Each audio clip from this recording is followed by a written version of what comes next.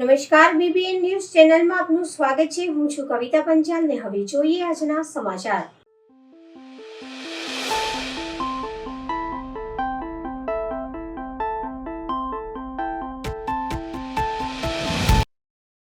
આજરોજ પ્રજાશક્તિ ડેમોક્રેટિક પાર્ટીના કાર્યાલયના અસામાજિક તત્વો દ્વારા તાળા તોડવાની કોશિશ કરવામાં આવી હતી। મને લગભગ 10:30 ને 5 મિનિટે મિસ્ટર આનંદરાવનો ફોન આવ્યો હતો કે આપણે ત્યાં દરવાજાનું ક્લેમ્પ કોઈએ તોડી કાઢ્યો છે, તો શું કરીશું? તો મેં કીધું હું પહોંચું છું ઓફિસે, તો કે હું પણ પહોંચું છું, તમે પણ પહોંચો। અને પછી અમે અહીં આવીને જોયું તો દરવાજાનો ક્લેમ્પ કાપી કાઢેલો હતો। અને એટલે પછી અમે ડિસ્કસ કરી અને શું કરવું, તો પછી 101 નંબરને ફોન કર્યો। અમે ખોલ્યું નથી અને તરત ફોન કરીને કહ્યું કે ભાઈ આ રીતે અમારી ઓફિસમાં આવી ઘટના બની છે, તમે આવીને જોઈ જાઓ। તો પછી અમે આગળ ઓફિસ ખોલીને જોઈએ કે શું જોયું એ અમને કંઈ ખબર છે નહીં। અને ત્યાર પછી પોલીસ 15-1 મિનિટમાં આવી ગઈ અને હવે પછી અમે જોયું તો તૂટેલું હતું, આગળનું લોક પેલું ક્લેમ્પ તૂટેલો હતો ખાલી। પછી અમે અંદર આવીને બધું ચેક કર્યું તો કોઈ વસ્તુની ચોરી થઈ નથી, બધું વસ્તુ ટેક કન્ડિશનમાં હતી અને કોઈ અડક્યા નથી વસ્તુની, જેવું હતું એવું જ હતું। અને ગઈકાલે બી અમે મૂકેલી વસ્તુ બી બધી અમે ચેક કરી, કોઈ વસ્તુ અડક્યા નથી। શું નામ છે તમારા દાદા? જસવંત રાજપૂત। હું ભાવિશા પરમાર, મહિલા વડોદરા શહેર પ્રમુખ, પ્રજાશક્તિ ડેમોક્રેટિક પાર્ટી। શું ઘટના બની છે? એકચ્યુઅલી અમારા ઉપર અમારા ઓફિસ ઇન્ચાર્જ જશવંત કાકાનો સવારે ફોન આવ્યો હતો કે જ્યારે ઓફિસ પર આવ્યા ત્યારે ઓફિસના દરવાજા લોક્સ તૂટેલા હતા અને દરવાજા ખુલ્લા હતા। કેટલા વાગે ઘટના બની, શું કશું ખબર? એકચ્યુઅલી એ તો અમને ખબર નથી, પણ અમને ઓફિસ 10 વાગે ઓપન થાય છે, એટલે 10 વાગે અમારા જે ઓફિસ ઇન્ચાર્જ અહીંયા આવ્યા ત્યારે એમણે જણાવ્યું અમને બધાને ફોન કરીને। તમારા ઓફિસમાંથી કંઈ સામાન ચોરી થયો? ઓફિસમાંથી દરવાજા ઓપન છે, પણ કોઈ એવો સામાન કિંમતી ગયો હોય એવી કોઈ અત્યાર સુધી જાણ થઈ નથી। પોલીસને જાણ?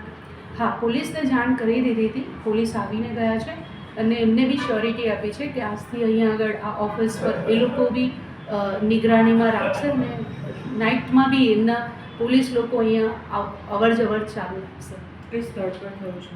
આ મારી ઓફિસ છે, બરોડા ઓફિસ કાર્યાલય, પ્રજાશક્તિ ડેમોક્રેટિક પાર્ટીની જે બરોડામાં કાર્યાલય છે એ કાર્યાલય છે, યતેશ્વર મહાદેવ મંદિર પાસે સયાજીગંજ।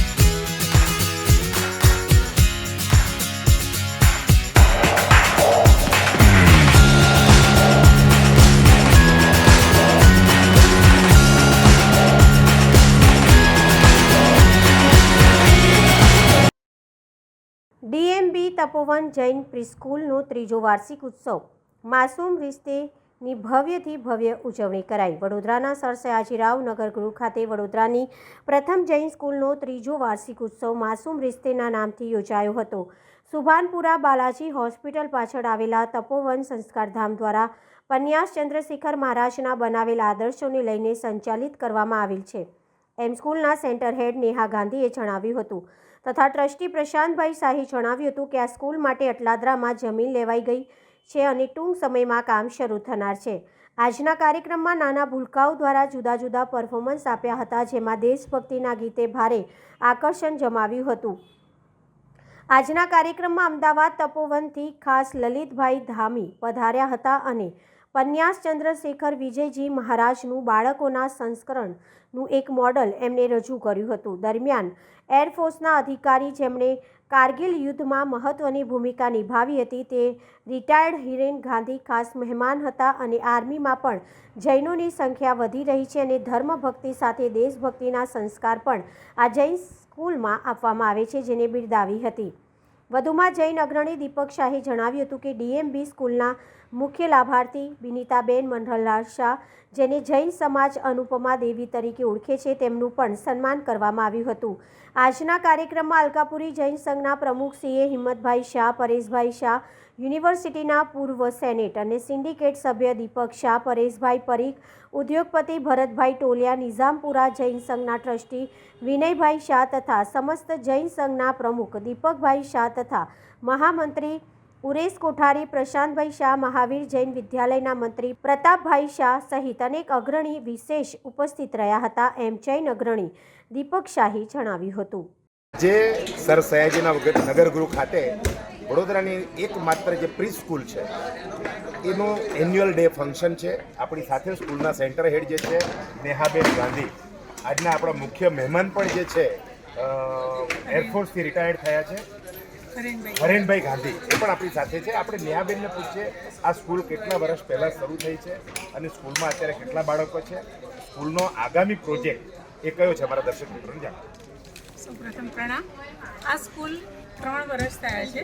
અમારી સ્કૂલનું નામ છે ડીએમબી તપોવન વાત્સલ્યધામ પ્રી સ્કૂલ અને આ સ્કૂલ સ્પેશિયલી જૈનો માટે જ છે, જેમાં સંસ્કરણને મેઇન ફોકસ કરવામાં આવે છે.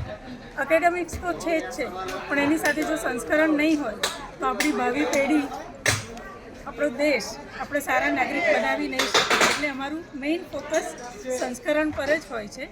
આ સાથે અત્યારે અમારી સ્કૂલમાં 60 સ્ટુડન્ટ્સ છે અને અત્યારે અમારી ફક્ત પ્રી સ્કૂલ છે, પણ આજે જ અમે અનાઉન્સ કર્યું છે કે અમારી મોટી સ્કૂલ પ્રાઇમરી સ્કૂલ થઈ રહી છે. જગ્યાને બધું પણ લેવાઈ ગયું છે. ક્યાં બનાવવાની છે આ સ્કૂલ? એ અટલાદરા એરિયામાં છે અને બહુ જ ટૂંક સમયમાં અમારી તપોવન સંસ્કારપીઠ સ્કૂલ આવી રહી છે. આપનું નામ? So much. Neha Doshi, centre head, DMB Tapovan school, Vadodara. હાજી. સર્વેને પ્રણામ.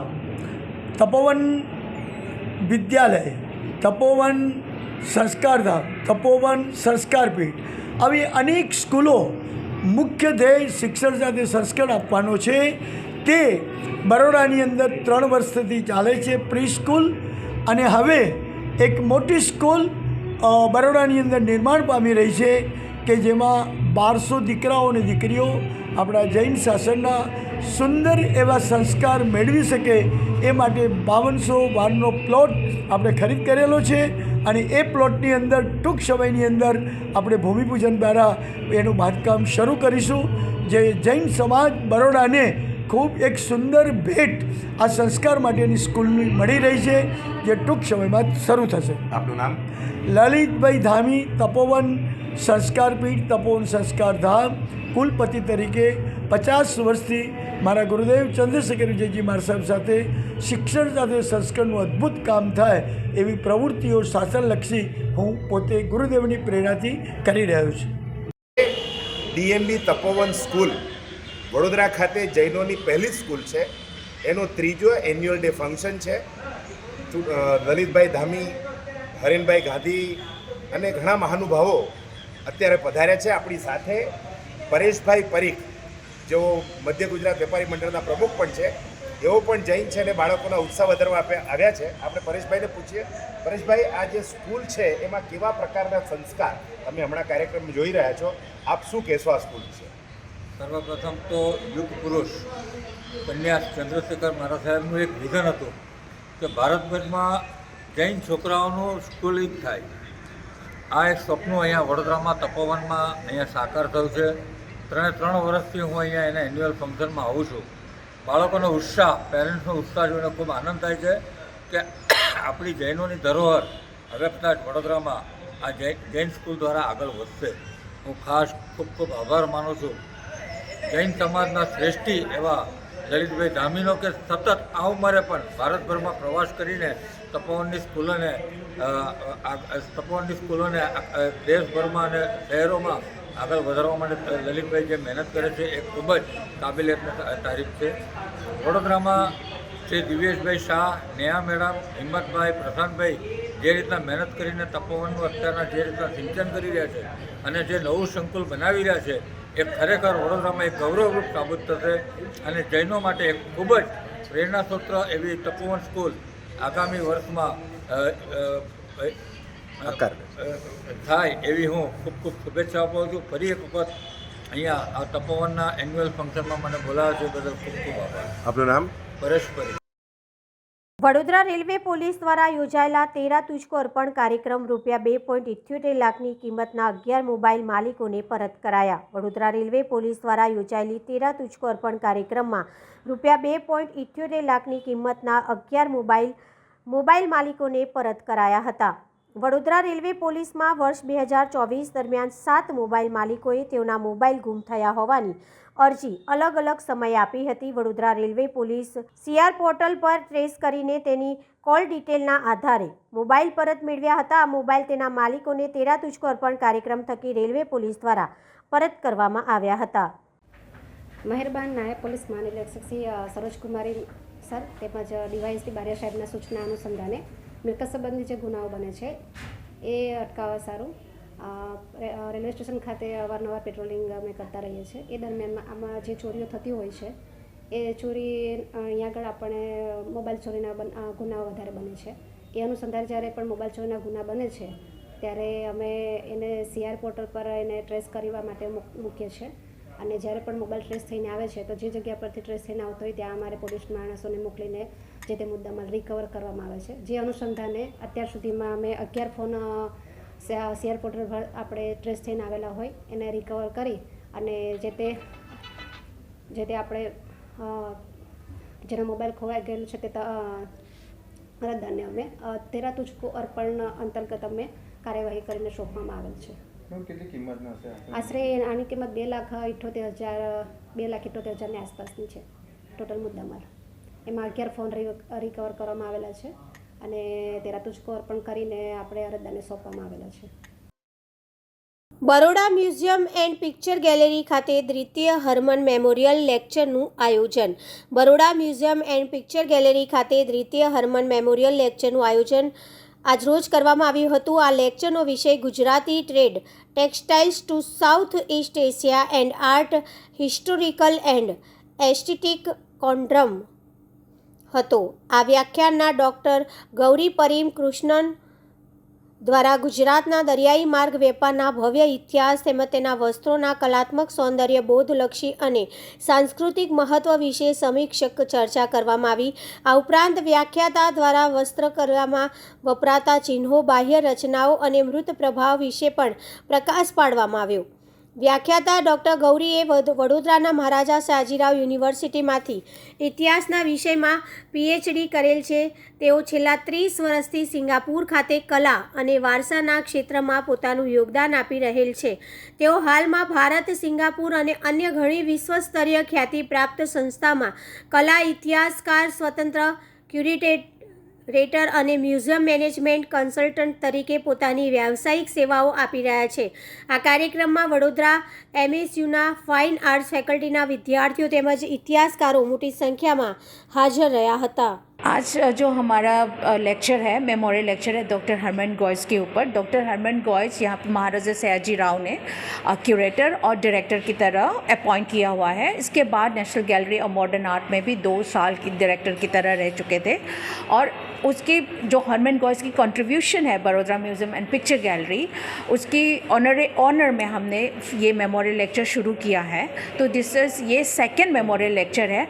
आज की विषय है जो गुजराती टेक्सटाइल्स है, उसको साउथ ईस्ट एशिया में उनकी एस्थेटिक और उसकी आर्टिस्टिक वैल्यू और कहाँ से कहाँ तक गुजराती लोगों ने फैलाया है, उनके मेरी टाइम ट्रेड में क्या हुआ और यहाँ के जो ट्रेडर्स हैं उन लोगों ने किस तरह से टेक्सटाइल्स को गुजरात से बाहर लेके गए, उसके वैल्यू, एस्थेटिक वैल्यू क्या है. तो आज के स्पीकर थे doctor Gauri Parimoo Krishnan and art historian, independent curator. उसके ये विषय में उसने लेक्चर दिया था.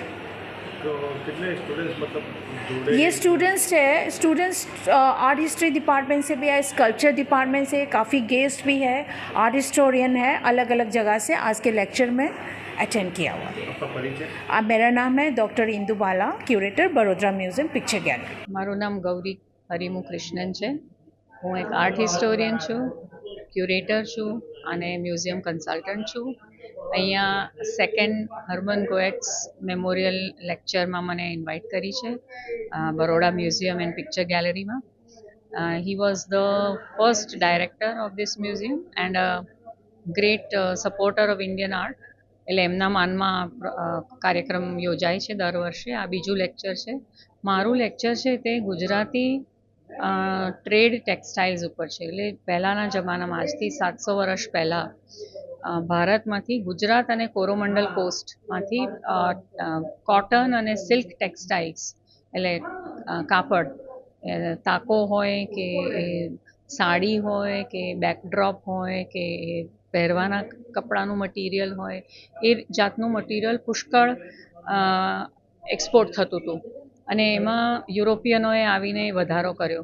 એની પહેલાં પણ એશિયન ટ્રેડિંગ કમ્યુનિટી આપણી ઇન્ડિયન અને મિડલ ઇસ્ટર્ન અને સાઉથ ઇસ્ટ એશિયન એ લોકો આ ટ્રેડમાં ઇન્વોલ્વડ હતા. અને મારો જે આજનો લેક્ચરનો જે મૂળ હેતુ એ છે કે આપણી ગુજરાતની કળા શૈલી જે ફેમસ છે સોલંકી પીરિયડના ટેમ્પલ્સ, એના સ્કલ્પચર્સ અને જૈન મેન્યુસ્ક્રિપ્ટ પેઇન્ટિંગ, એ બધાની સાથે આ ટેક્સટાઇલની પેઇન્ટિંગ ટ્રેડિશન સંકળાયેલી છે. અને એને કેવી રીતે સમજવી અને કેવી રીતે ઇન્ટરપ્રિટ કરવી એનો મારો આ લેક્ચરમાં આ મૂળ હેતુ છે.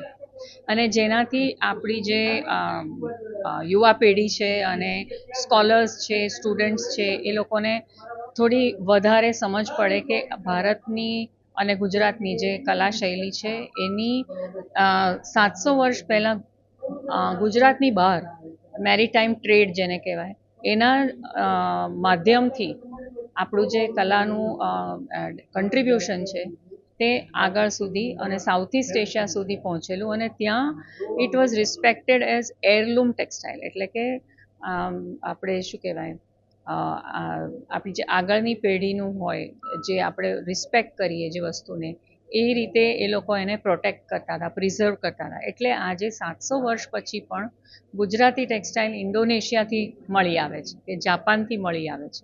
તો આ વિશે થોડી માહિતી અને એના વિશે ડિસ્કશન આ પ્રોગ્રામમાં થશે. મારું નામ ગૌરી પરિમુ કૃષ્ણન. હું વડોદરા MS યુનિવર્સિટીમાં ભણીને સિંગાપુરમાં મેં 2 મોટા મ્યુઝિયમ સેટઅપ કર્યા, એશિયન સિવિલાઇઝેશન્સ મ્યુઝિયમ અને ઇન્ડિયન હેરિટેજ સેન્ટર, જેની હું લીડ ક્યુરેટર અને ડાયરેક્ટર પણ હતી. Okay madam. Nature of the dye. So why dye is important? That is also to understand where the textile was produced, where the dye came from, and what was the role of the production sector in the production of some of these finest luxury goods. Moving on, we also conducted a study tour of the production centers. So this is at Patan where we studied I had the opportunity of encountering way back in 2009.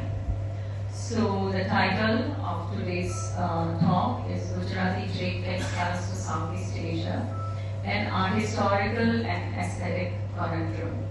The interest in most scholarship on trade textiles has so far focused on trading networks, trading ports, trading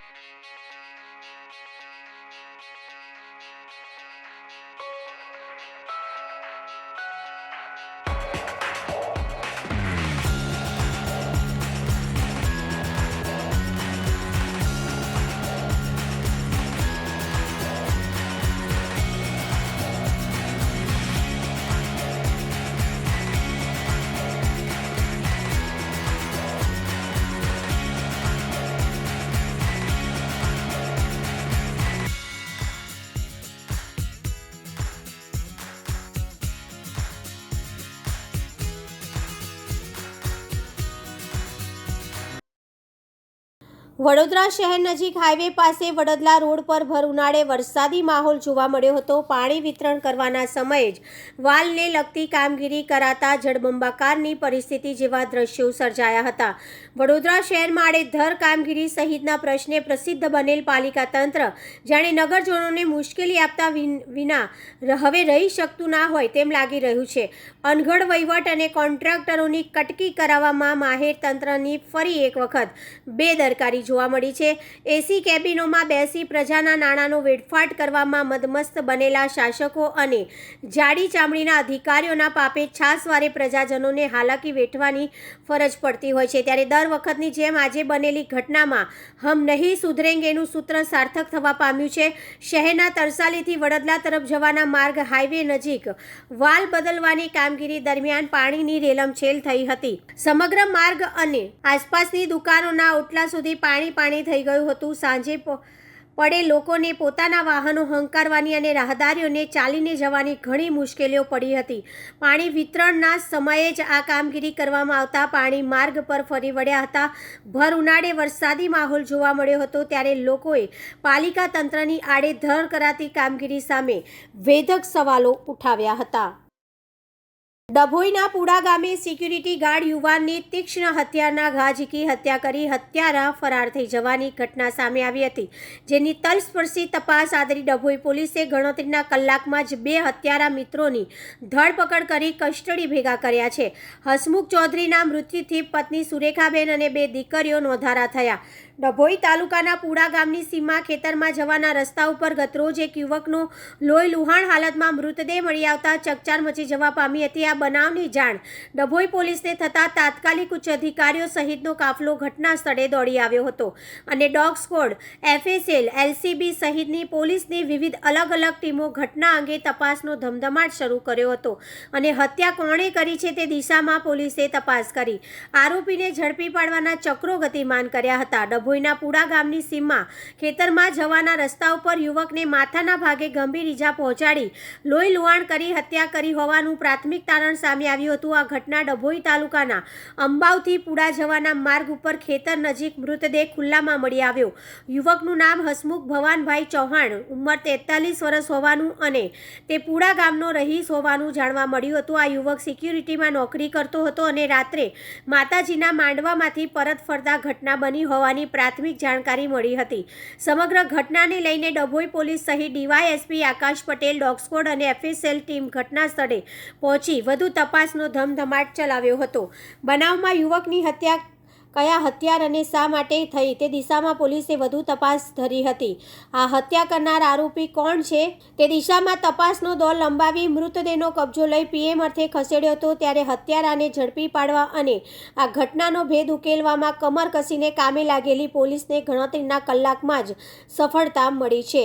ઝીણવટભરી તપાસમાં હસમુખ ચૌધરી સાથે સિક્યુરિટીની નોકરી કરતા 2 મિત્ર મિતેશ નરસિંહભાઈ વસાવા, ઉંમર વર્ષ 30, રહેઠાણ કાશીપુરા અને 2 સતીશ નરોત્તમભાઈ વસાવા, ઉંમર વર્ષ 35, રહેઠાણ કાશીપુરા. બંને મિત્રોએ જ પૈસાની લેવડ દેવડ બાબતે માતાજીના માંડવામાંથી પરત ફરી રહેલા હસમુખ ચૌધરીના માથામાં પાવડાના ફટકા ઝીકી તેનું ઢીમ ઢાળી દીધું હોવાની વિગત બહાર આવતા ડભોઈ પોલીસે બંને હત્યારા મિત્રોને ઝડપી પાડી કસ્ટડી ભેગા કરી કાયદેસરની કાર્યવાહી હાથ ધરી છે. ઉલ્લેખનીય છે કે હસમુખભાઈના મૃત્યુ બાદ તેઓના પત્ની સુરેખાબેન અને 2 દીકરીઓ નોંધારા બન્યા છે. ગઈકાલે ડભોઈ પોલીસ સ્ટેશનમાં એક ગુનો રજીસ્ટર થયેલો છે, જેમાં હસમુખભાઈ ભવાનભાઈ ચૌહાણ નાઓનું મર્ડર થયેલાની વિગત જણાઈ આવેલ છે અને તે આધારે તેઓના ભાઈ જયંતિભાઈ નાઓની ફરિયાદ લઈ આગળની તપાસ હાલ ચાલુમાં છે. એ દરમિયાન વિગત જોતા તારીખ 20/2/25ના રોજ સાંજના 7 થી 8 વાગ્યાના અરસામાં હસમુખભાઈ ઘરેથી કહેલા કે હું એમની પત્નીને કહીને ગયેલા કે હું આવું છું, મને ફોન ના કરતા.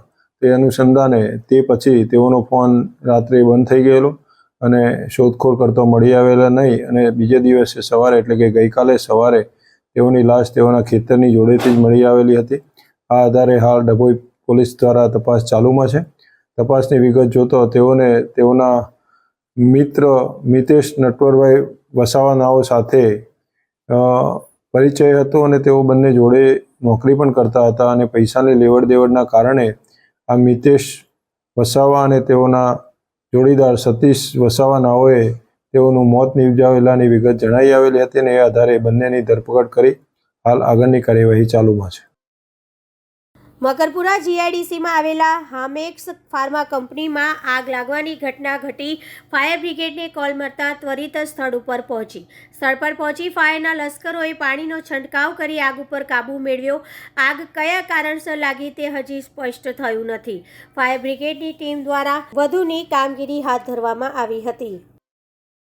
વડોદરા ચકલી સર્કલ પાસે સિગ્નલ તોડી જતા બાઇક ચાલકની અટકાયત. વડોદરા ચકલી સર્કલ પાસે સિગ્નલ તોડીને બાઇક લઈ જતો યુવાન બીજી બાઇક સાથે અથડાતા ગંભીર રીતે ઘવાયો હતો.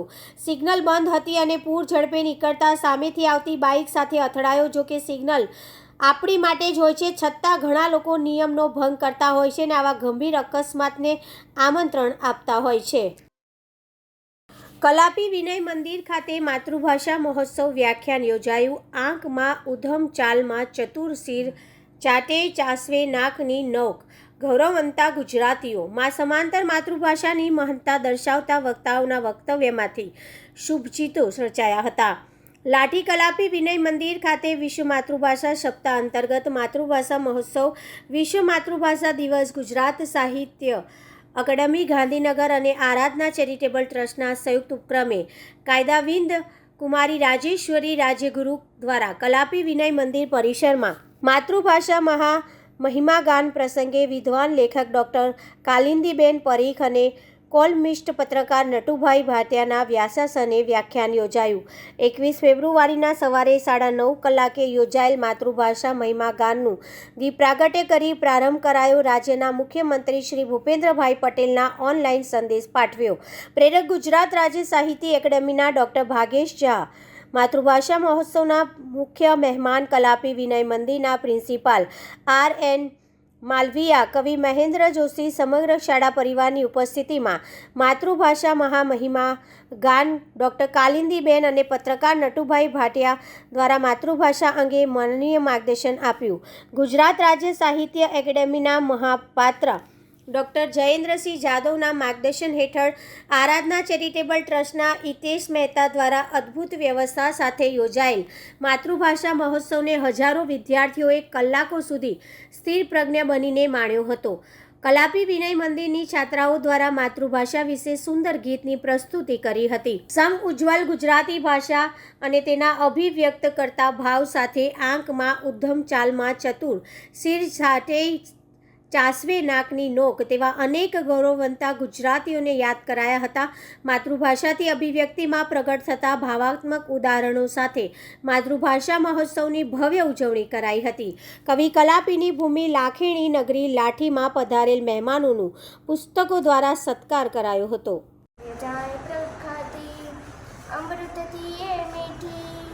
અમૃતથી એ મીઠી મારી માતૃભાષા ગુજરાતી, અમૃતથી એ મીઠી મારી માતૃભાષા ગુજરાતી. એ તો આપણી માં છે, આપણી બા છે. આ જગતમાં સૌથી વાલામાં વાલું કોઈ આપણને હોય તો એ કોણ હોય? આપણી બા હોય, બરાબર ને? આપણી બા સૌથી વધારે વાલી અને અમૃતથી એ મીઠી લાગે. એટલે તો બોટાદ કરે કહ્યું ને કે મીઠી મધુરી જનનીની જોડ સખી નહીં જડે રે લોલ. અમૃતથી એ મીઠી એને પણ કહી અને 12 માસ વરસતી. તો આવી જે માં છે એ જ આપણી ભાષા પણ છે. જનની જન્મભૂમિ ગરીયસી. તો જેમ જનની અને જન્મભૂમિ સ્વર્ગથી પણ વધારે ગરીયસી એટલે કે શ્રેષ્ઠ છે, તો એટલી જ શ્રેષ્ઠ આપણી માતૃભાષા પણ હોવી જોઈએ અને છે પણ ખરી. એટલે તો અહીંના પંથકમાંથી 180 જેટલા ડૉક્ટર જે ગુજરાતી ભાષામાં જ પોતાનું શિક્ષણ લીધું અને છતાંય ડૉક્ટર થયા, નાસા સુધી પહોંચ્યા. તો એવું નથી.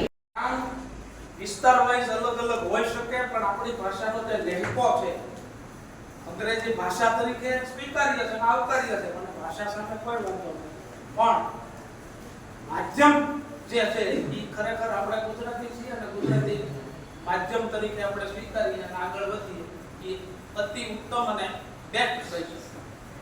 લાઠી 15 મિનિટ કોઈ લખતું હોય એવું વિદ્યાર્થી છે, આમાં 15 મિનિટ